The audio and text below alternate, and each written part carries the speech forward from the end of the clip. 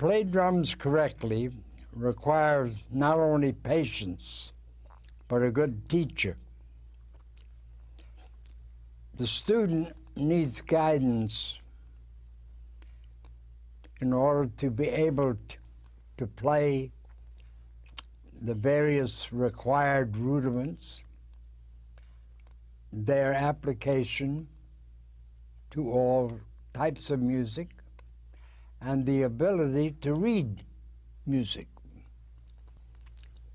I believe in reaching the student's brain and let his brain dictate to his hands. The brain and hands have to coordinate as a single unit in order to attain perfection. I prefer teaching the instrument and let the student select his own development as far as technique and style is concerned. I don't teach style. Style is up to the individual. And now, Louie, if you will help me, we will demonstrate how we place the stick in the hands for the match grip. You turn your palm downward, you crook the middle finger, and the stick is placed in the crook of the middle finger, which is actually the first joint. You bring the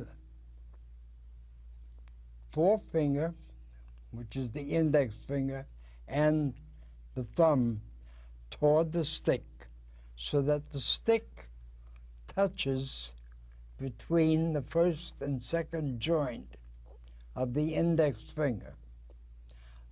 The thumb, meanwhile, is facing the index finger, and half of the ball of the thumb touches the stick.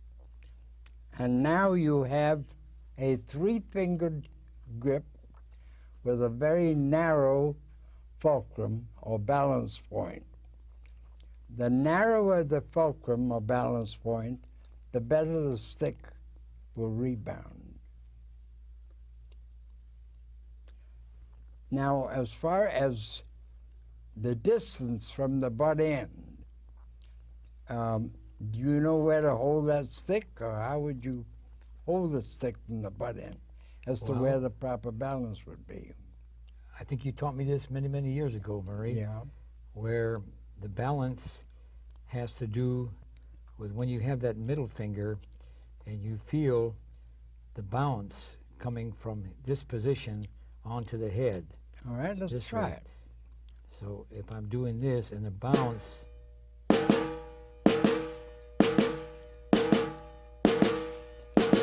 all right, now just to demonstrate a little bit better than that so that everyone understands, try holding it up farther and see what happens.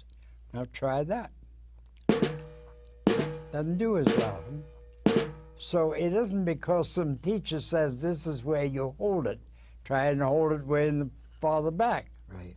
This feels the most comfortable because the biggest portion of the stick is on this end, allowing the stick to rebound naturally. That's right. So That's right. So in other words, that position will develop on every stick that you get and every weight that you get. So you have to first feel the balance, where it is. And it varies with every stick. But you can treat it similarly to, would say, a seesaw. See, you've never seen a seesaw with a very wide fulcrum. It always has a very narrow fulcrum, a balance point. And that's what makes the stick rebound better. So we feel the different weight because some of the drummers in the parade, the military style of playing, they have the heavier sticks, so they have to feel that grip. That's also right. the fulcrum. That's right. All right. Now, We start by that crook of the finger, the stick is in the crook, and we make a tap by merely bending the wrist forward. Try that. Now, do you notice when you bend it forward, it activates the upward motion of the forearm? You see, as you go to bend it forward. So let's follow that up. And as we get to the top of the stroke, now try it, and go on up with your arm. And as you get to the top of the stroke, now hold it there, and you see now the stick is pointing toward the ceiling and is completely away from your forearm, from your palm. You see? Right. Now you cock your wrist as you decide how much thrust you're going to need to come down. You decide how much thrust, so consequently, the wrist comes back even a little farther. Right. And as you come down, that's right, your middle finger also adds its own amount of thrust. And this is how you make your blow, and as the middle finger comes to the palm. That's right. That's right. That's the idea. That's right. Now, Murray, what about the other fingers here? The other fingers have nothing whatsoever to do with it. It's permissible to use the first joint of the fourth finger if you feel that you're going to play very, very loudly, so it may add, but actually it hinders the balance point to some extent. Because the wider the balance point, the more harm you do to the rebound of the stick. Right. But it can be used, and the fingers can be counted starting with the thumb as 1, 2, 3, 4, 5. It's an easier way of describing these fingers. That's right. Now, the middle finger is constantly on the stick. Never leaves the stick. Never leaves it. Right. And the action of your wrist and the finger dictate as to what happens to that stick. And as you notice, as you bend your wrist, the stick is inclined to move away from your palm. And as you come down and cock your wrist, it's inclined to move toward your palm. So That's right. That's the idea. That's right. That's right. it's really a natural way That's right. to play. The muscles react normally. So you go up loose and Naturally. you come down tight, you see. Now, as to the left hand, the stick is held exactly the same way as the right hand. For the match grip. Sure, that's for the Right. match grip. Right. No different at all. So we have this position. That's Which right. is really prominent with percussion players because of the timpani, mallets, Right. and That's a lot of right. drummers are playing this method now. Well, it's more practical for Practical for what- many other things. A lot of them like to play the old-fashioned grip or the so-called French grip, which is fine. In the French grip, the right hand is still the same, Right. and the left hand undergoes a change. The stick is now placed between the thumb and the index finger, with the first joint of the index finger resting on top of the stick so that it can squeeze toward the thumb. The stick also rests on top of the fourth finger between the first and the second joint. And this is your traditional or French grip with, again, 3 fingers. And you will note that as you pull with your index finger, it also presses the stick against the fourth finger. Now, one question here, Murray. Yeah. In that thumb position, is that allowed to, like, make contact with that index finger? It can. It can, as long Yes. as there's no pressure there. No, because the index finger pulls toward the thumb rather than the thumb pushing toward the index In finger. other words, the index finger is the guide. The that guides index stick. finger is the guide.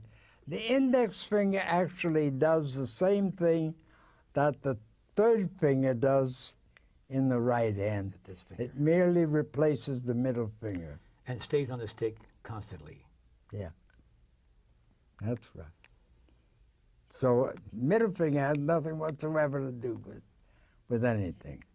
So actually, the grip remains primarily between the index finger and the fourth finger, and it pulls against the thumb. And the action is from left to right, this way in your left hand. So I'm on the loose to tight, or the squeeze and release, that's this. Now, but you've got to cock your wrist more. No, I'm talking about upward, you see? Ah. That's right. That's right. So you can make your little tap and then cock your wrist and come down. That's right. I'll explain that. That's right. Now, you're going the wrong way. I'll follow through with that when I explain the up and down stroke. Because you see, when we make an up and down stroke, we're going up and then we rest coming down. We don't rest holding up in the air. It's down. All right, so much for that. Now, so that's your French grip. Just uses this twist of the wrist, turn of the wrist. But you see, it looks like the side view, and that's why it looks so different. But the bend of the wrist creates the same situation. If we turn the hand over, you would be bending the wrist exactly the same way that you bend the right hand. Right. You see, only you bend toward the right hand, so it looks different, but you're just looking at a side view. The muscles work the same way. That's right. No, the release is on that little tap as you go up. It isn't as you come down. That's right. That's where you rest. You rest here. It's as though I raise my leg. When I raise my leg, I don't hold it up in the air and then come down. I go up and I hold it and come down. This is where I rest after I land, not when I'm up in the air. So it's always up, down, up, down. And the release as you go up, you see releases here. Now I'll explain that a little bit in more detail when we get to the so-called up and down stroke. Right now we have 7 basic fundamental strokes. We have a single stroke, we have a double stroke, we have a flam, we have a wrist stroke, we have a rebound, we have an upstroke, and we have a downstroke. I must place particular emphasis on the upstroke because it's the only means we have of releasing whatever tension we build up on the downstroke. And the upstroke is made by starting it from a low position and just bending the wrist slightly. Try that one. Just bend the wrist. Now let it come in contact with the drum. That's right. And hold it up above. Hold it there. Now again, you see, as we get up to the top of the stroke, the stick is already away from the palm and it's pointing toward the ceiling. And we cock the wrist again to determine how much thrust we have to add to the stroke. And then as we come down, the middle finger also adds its own amount of thrust as it comes toward the palm. So it's release, tight, loose, tight. Now try that.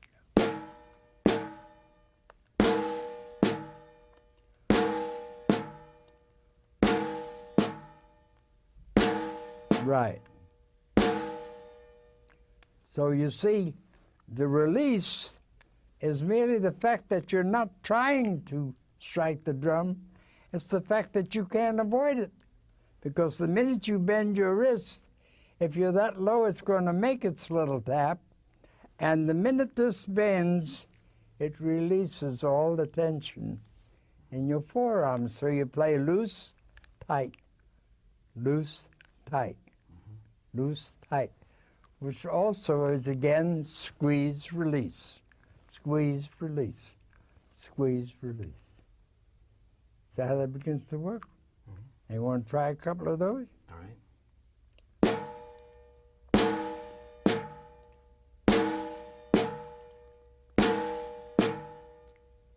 That's right.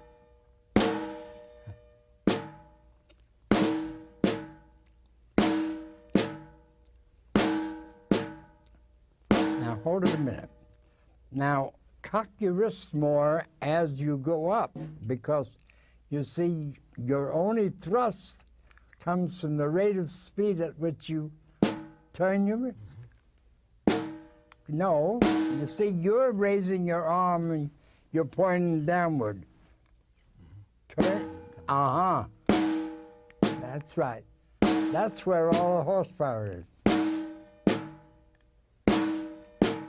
That's right. See, that's where the horsepower is. From this thrust here, not here. Because all this does is make you raise your arm and poke your elbow out. Wasted motion. That's right. So it's here. You're practically looking at your open palm as you make your blow.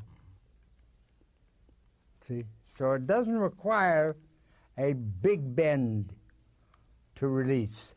Tiny little bend. That's right. Good. Okay. And now, Lou, let's demonstrate some single strokes.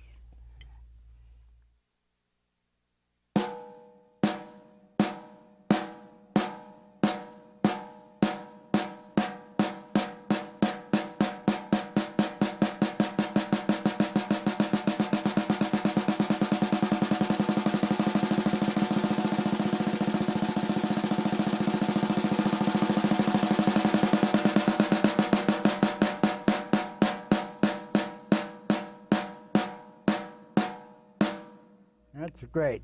Now try some double strokes.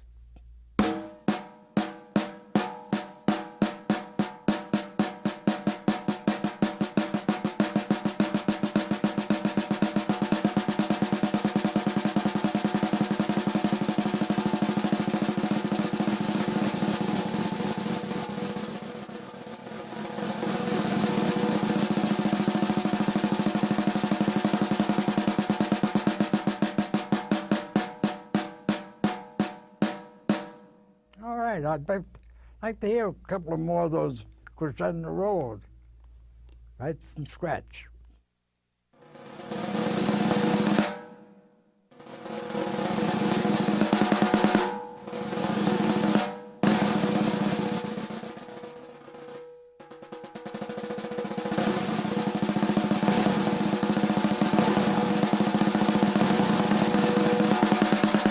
Now it sounds great. Well, you want to get bold? Let's try some 3 strokes at a clip.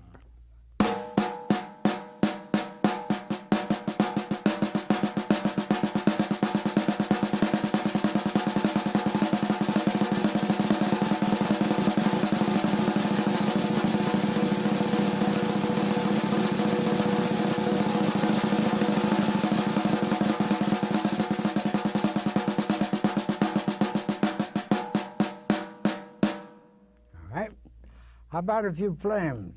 Okay.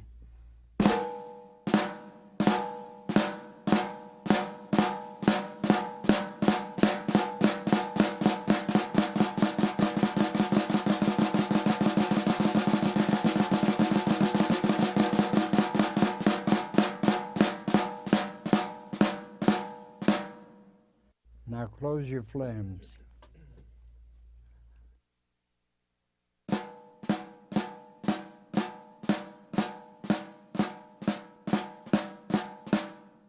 Slow them up. It's better start a little slower. Now close it up so that it doesn't sound patum. Make it sound plum, plum, plum.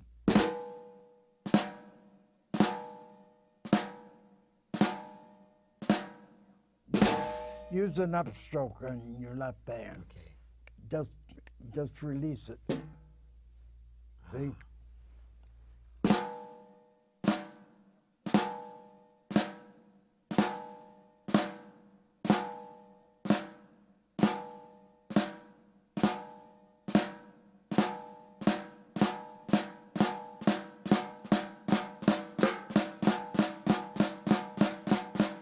Start that again. All right.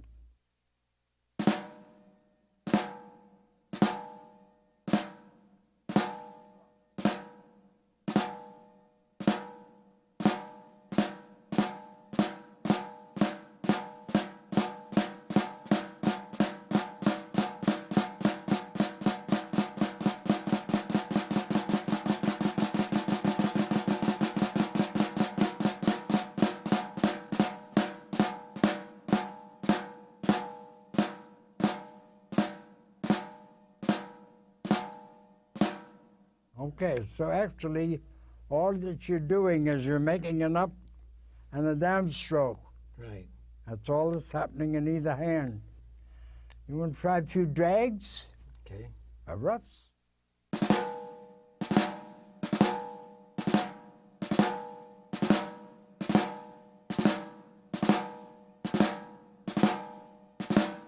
Increase your speed now.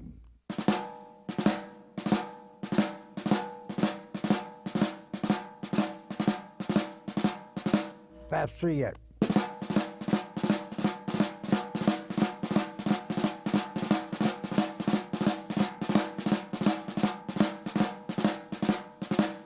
Now here, all you're doing is an up and down stroke, and you're allowing the two beats to rebound.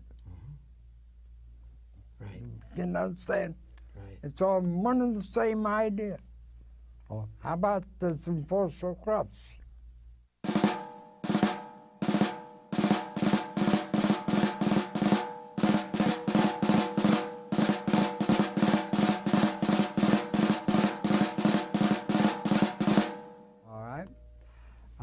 Now you can have a party going from, if you want to go from two wrist strokes and ultimately work them into two rebounds and then increase your rebounds into a roll.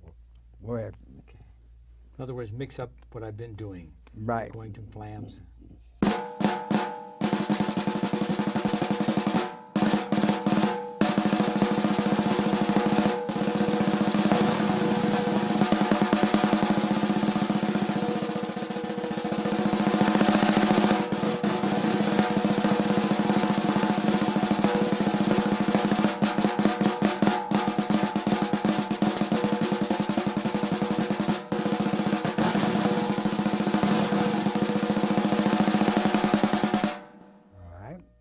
Fine. Well, that's about as far as we can go until we get into some continuity. You want to try that? Okay.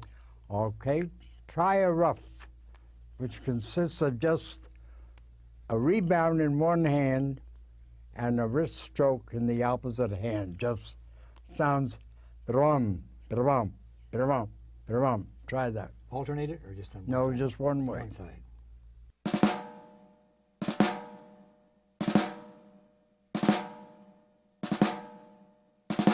Increase your speed now.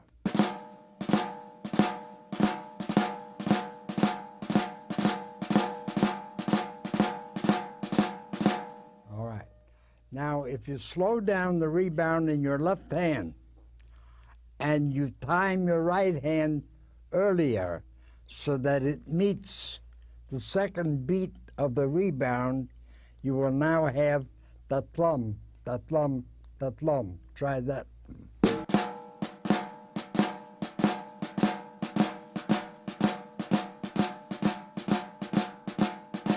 And play that from hand to hand.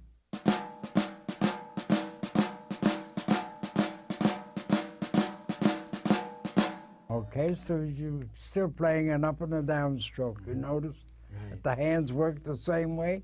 They release going up, and they're tight coming down. Now, that is called a flam accent number 2, the stroke you just played. Now, we're in 6/8 time.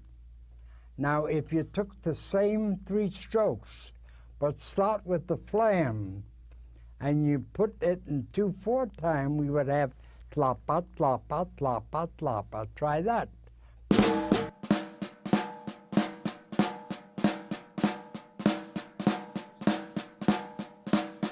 Increase your speed and go faster.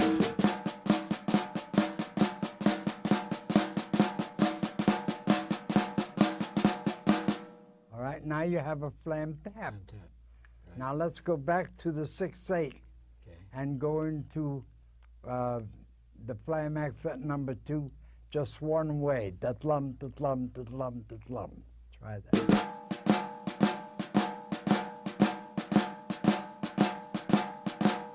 Now, if you play the same thing and just add one additional beat or a rebound in your right hand, it'll sound da-tlapa, da-tlapa, da-tlapa. Try that. And that's called a Swiss triplet.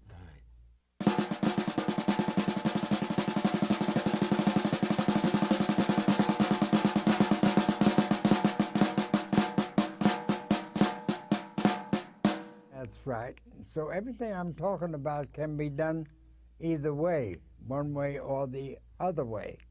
Now let's go into an alternate of that Swiss triplet, which would be the flam accent number 1.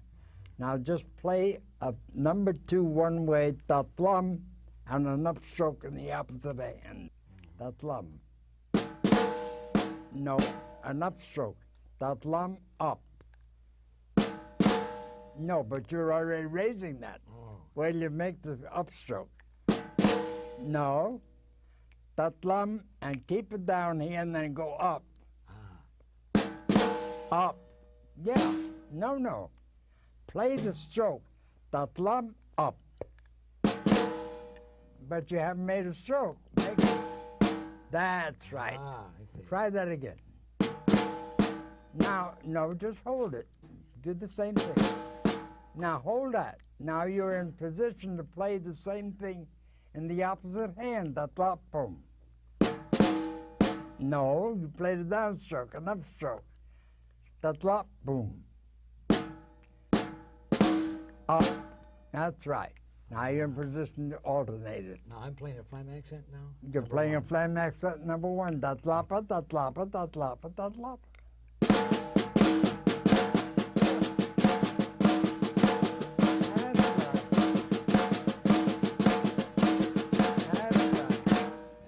So you see, you can derive all of these strokes. If proper continuity is used, it makes the whole thing much simpler because one stroke leads you into the next stroke. So they don't get anywhere near as complicated as you would imagine. And it's a much simpler way. You've seen how long did it take us to explain that? Very few minutes. And you begin to understand what's going on. Very simple.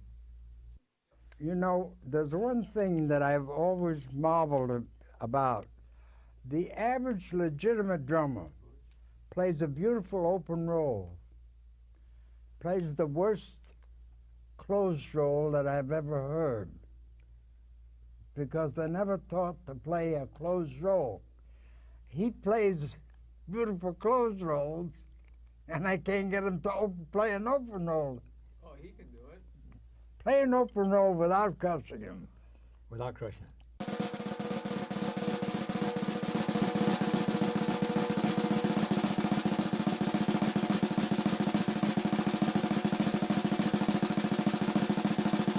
Like that? Yeah, but I want it more open than that. More open.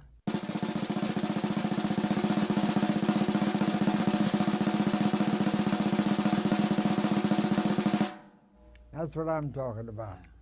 Where you get a very even open roll without the third beat added in. Yeah. And then be able to still.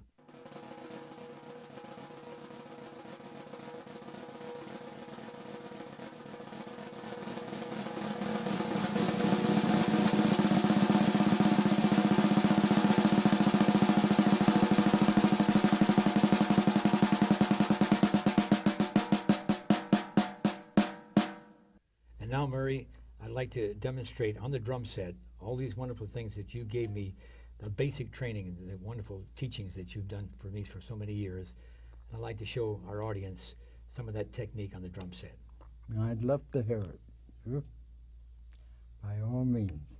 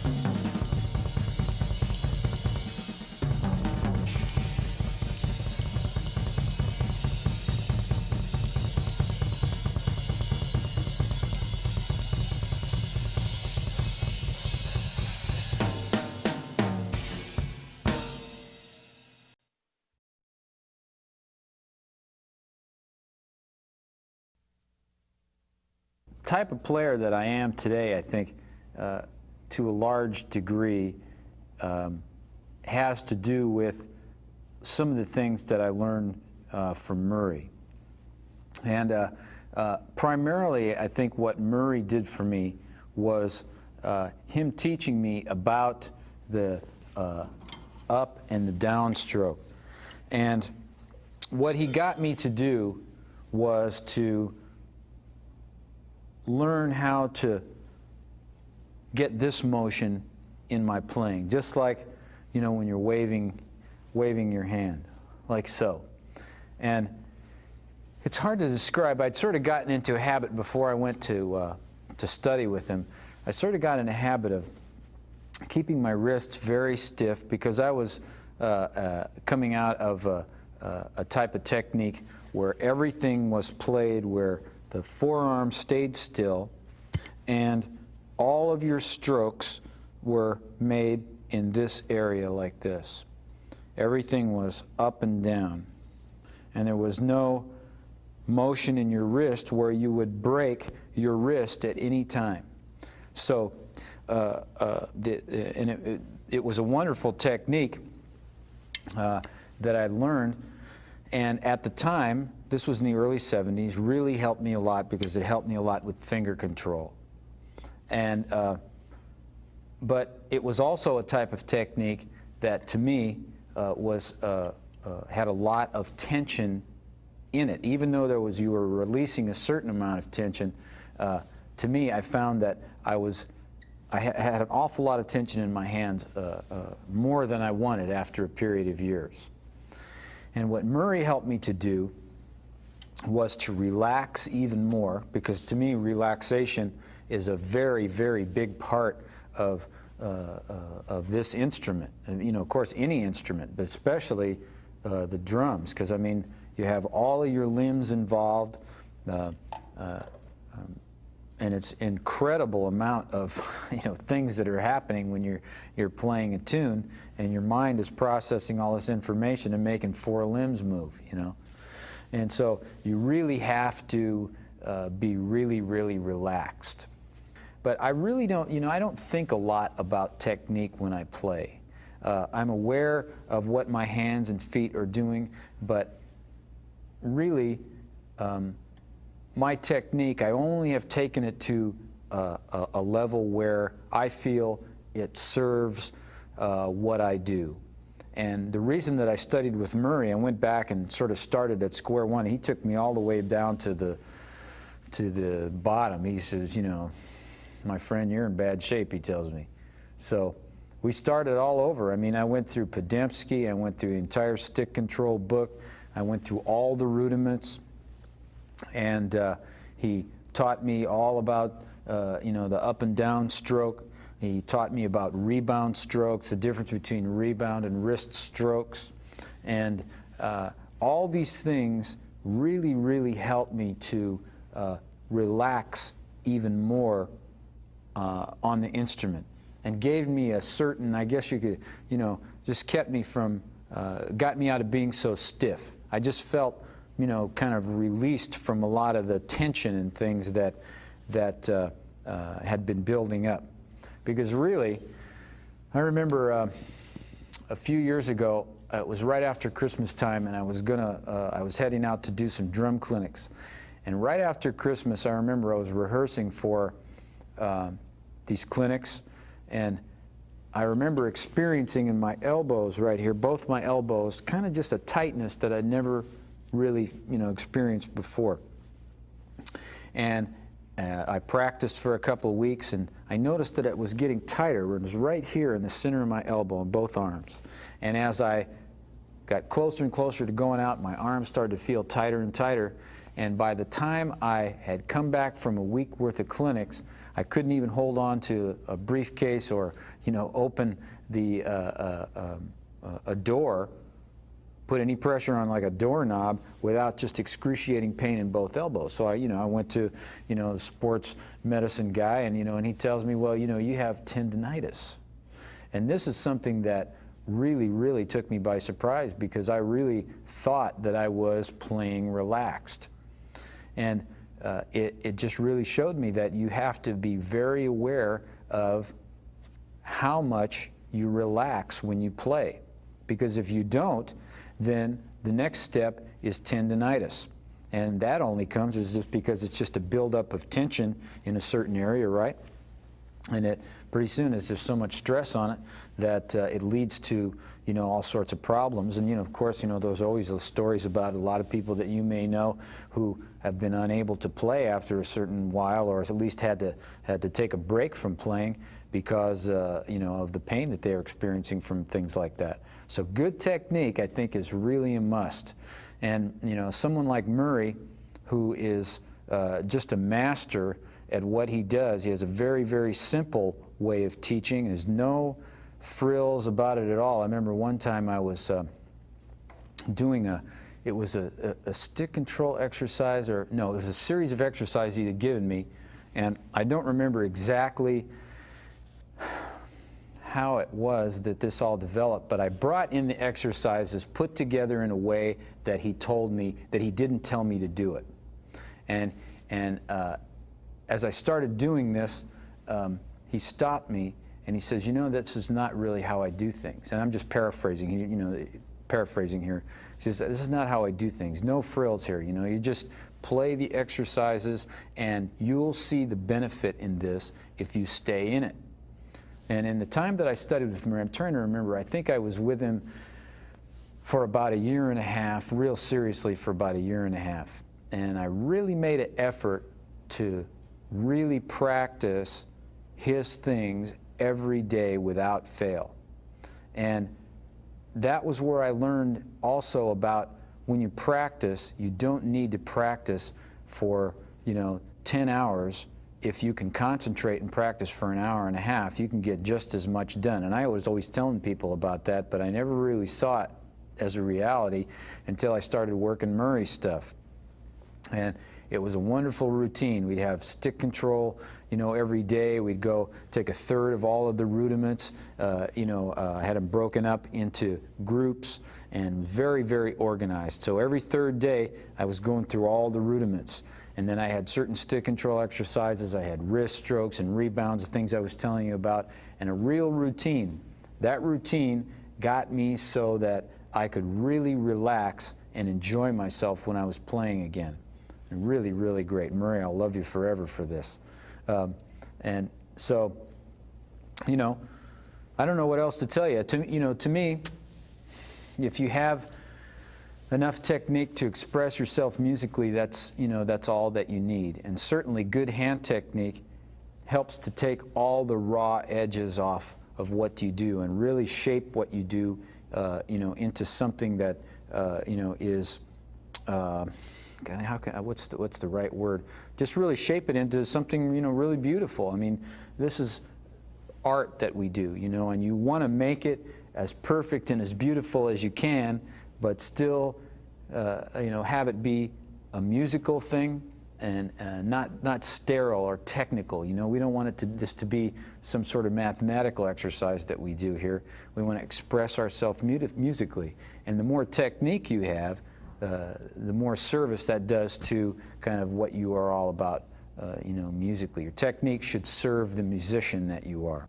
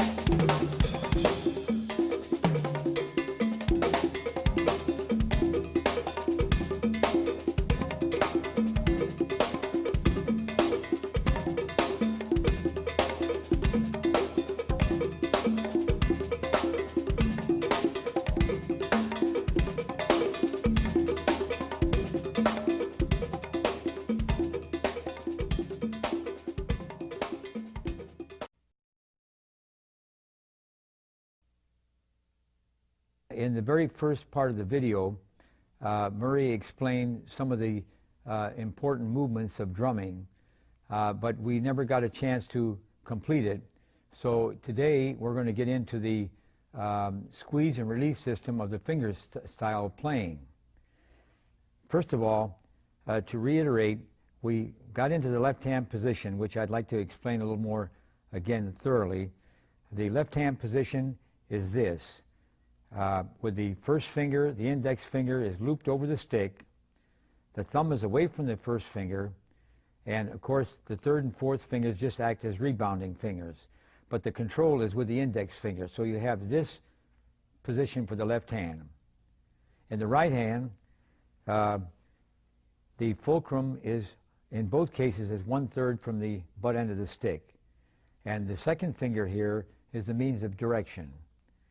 Now, we brought this up with the very first lesson in this video with Murray Spivack, but this is something you can always work on. But this is the normal position for the regular conventional way of playing with the left hand and the right hand. Now, if you're going to play match grip, of course, you just match with the left hand. You do the same thing as you would with the right hand. So you have this position when you're playing match grip. Now, conventional grip, the squeeze and release is used only for accents. And now we know in ordinary playing, when we're doing this, normal playing, no accents, regular hand positions. Now, if we want to accent, we naturally raise the stick a little higher. So this way, there's an accent, there's an accent, there's an accent, there's an accent. Now, with the squeeze and release, we eliminate all the extra motion. And here's how we do it. Now, with the right hand, it's very easy because you have a straight position here, and it's almost like a whip effect. You do this. It's always a blow, but the stick comes back off the head, so you have a clean sound. Now, if you're doing this, match grip, then you do exactly the same thing as what you did with the right hand. So you're doing this.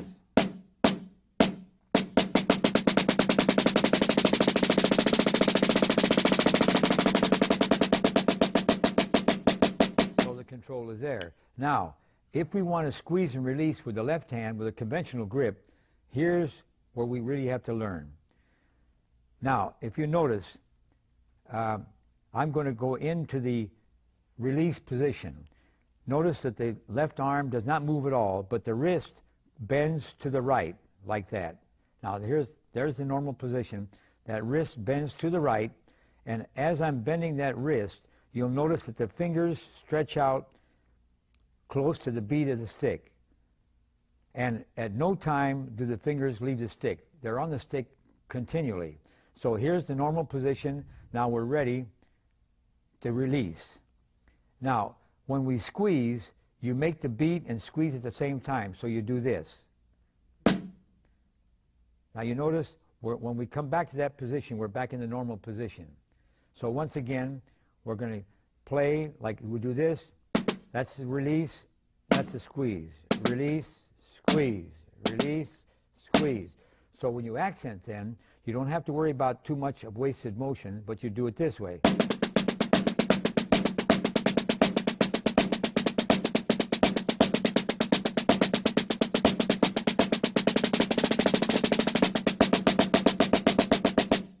So by doing that, you get a much more relaxed position.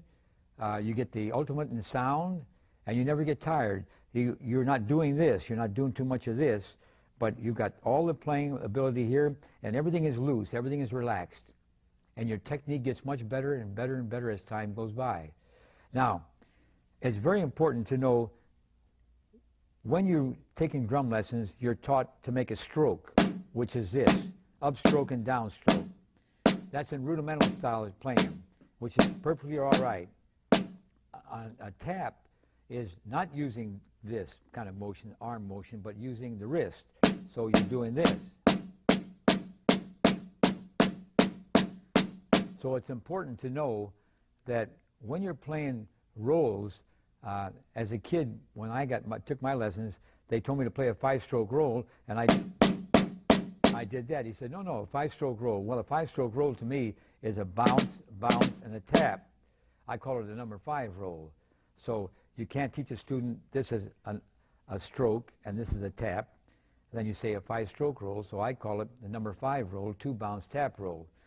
Let me play a few things so you'll get an idea how the left hand works and the right hand also, but especially the left hand when you're playing conventional grip.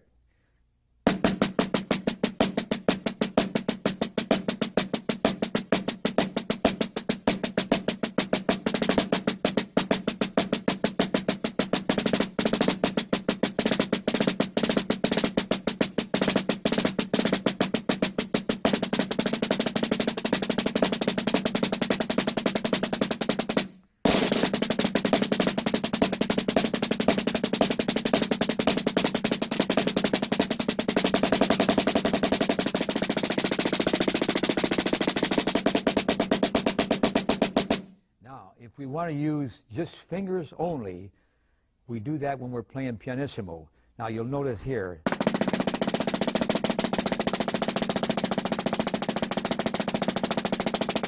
now that's all fingers. This finger in the left hand, the index finger, and the second finger in the right hand. You can grab a hold of my wrists here while I'm playing, and I'll still be able to do that. There's no motion with the wrist or arms. It's all fingers.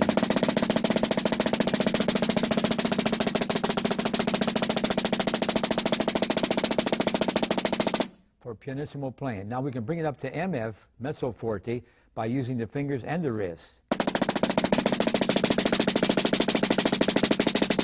And then fingers, wrists, and arms.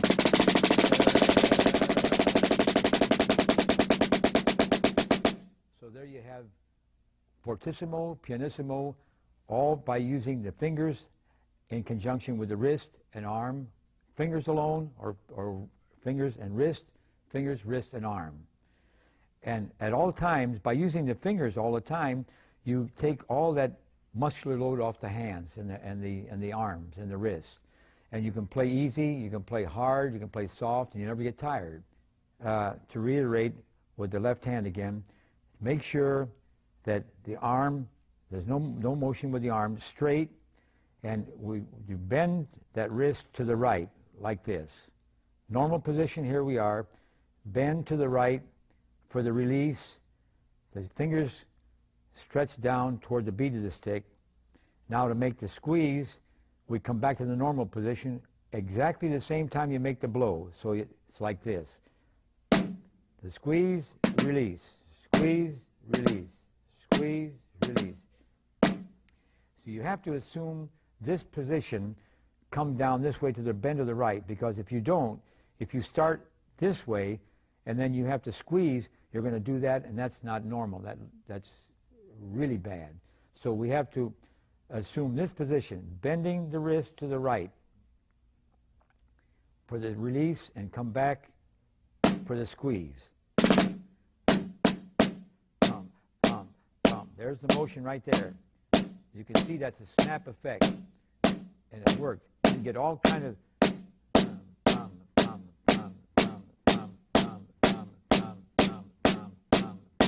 and the right hand.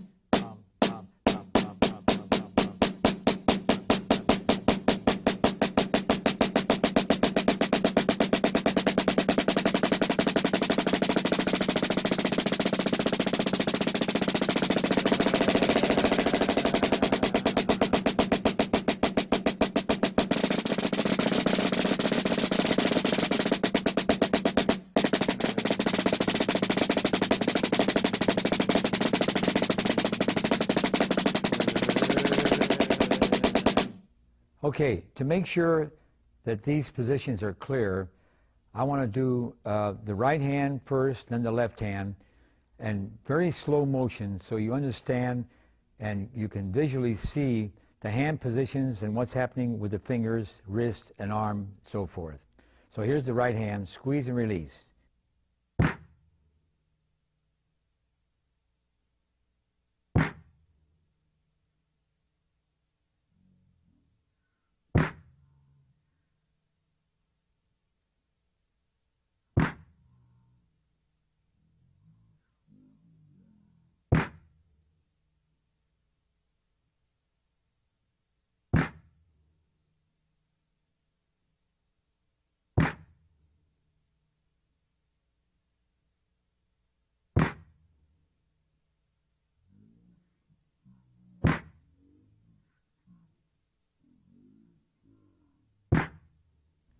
Okay, now we'll demonstrate the left hand where we really utilize the squeeze and release in very slow motion.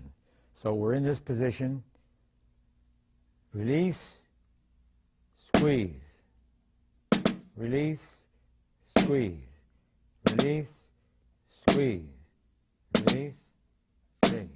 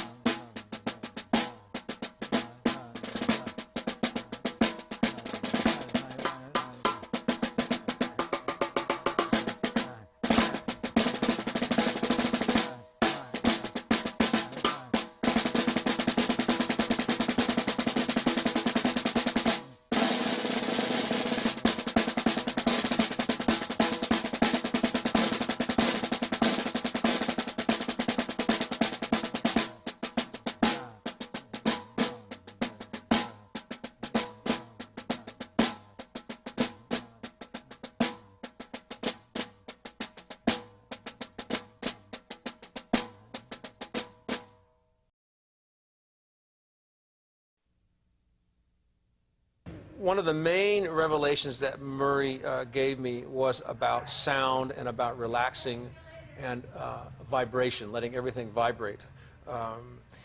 What he did is that he had changed my fulcrum from up here, which was where the index finger and the thumb squeeze the stick, okay, and you're doing a lot of this, to the middle finger. So that meant that the middle finger was doing most of the work. There was a lot of upward pressure, or just a slight upward pressure, really brought from the middle finger toward the palm. The index finger and the thumb were really just guides for the stick. There was really almost no pressure at all. So to make accents in a 5-stroke roll, I'm just squeezing with my middle finger. And Murray believed very strongly, he knew quite a bit about physics and about acoustics, that the more everything vibrated, the better the sound would be. So the looser you held the stick, the more sound you'd get out of the instrument. And it was really, I really noticed it in the sound I was getting out of the instrument after about 6 months of studying with him, that I was holding the sticks much more loosely and allowing more sound to come out. You could really hear it or feel it on the jazz ride, because there I was allowing for a lot more bounce and not pulling so hard anymore. The tendency was for jazz drummers was to pull with their back fingers. This, I was letting it ride on this fulcrum and using a lot more rebound. As a result, I started using much heavier sticks to play lighter, because basically it was his idea that the stick could do a lot of the work for you physically if you're able to control rebounds.